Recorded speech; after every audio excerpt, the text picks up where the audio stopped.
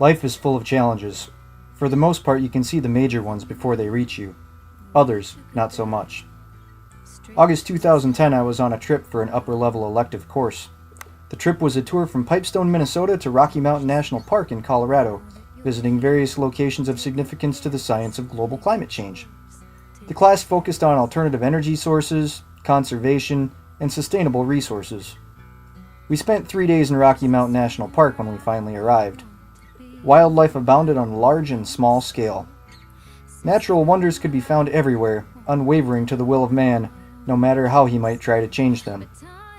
While extensively beautiful, the wilderness can be deceptively dangerous.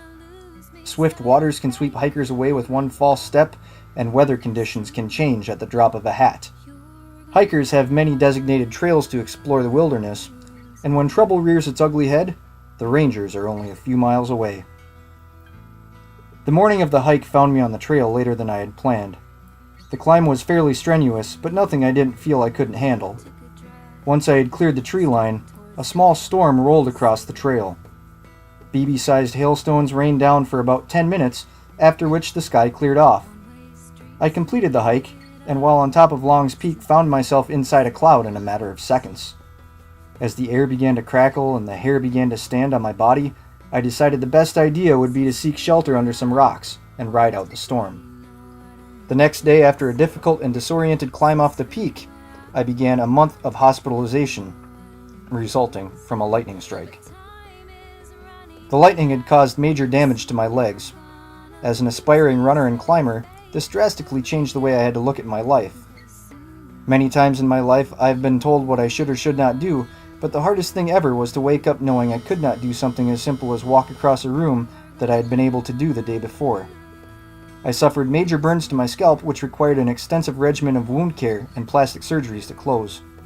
This involved removing dead tissue, drilling holes in my skull to stimulate growth of base tissue, multiple skin grafts, and finally stretching of the scalp and covering the wounds. I did physical therapy until my doctor determined I had plateaued. I continued and still continue to rehabilitate on my own, not accepting that how far I have come is far enough. The process has been a lesson in never giving up and taking what life hands you.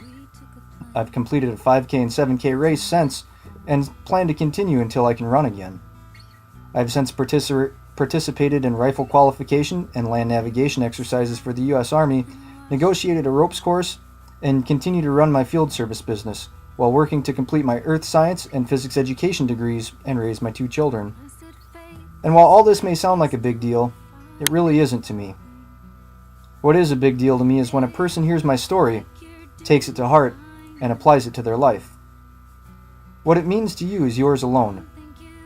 Imagine one day running half marathons and the next day using a walker to move from your bed to the bathroom, and understand that tomorrow is an opportunity that is never guaranteed. Dreams that fall out of the sky are dead. If you want them alive, you need to go after them yourself. Don't rush. Just go. No, I don't think so. Is this really what I want to do? No, I don't think so. But time is running out, and soon you're gonna lose me. So faith, hurry up, 'cause soon you're gonna lose me. You're gonna lose. You're gonna lose me.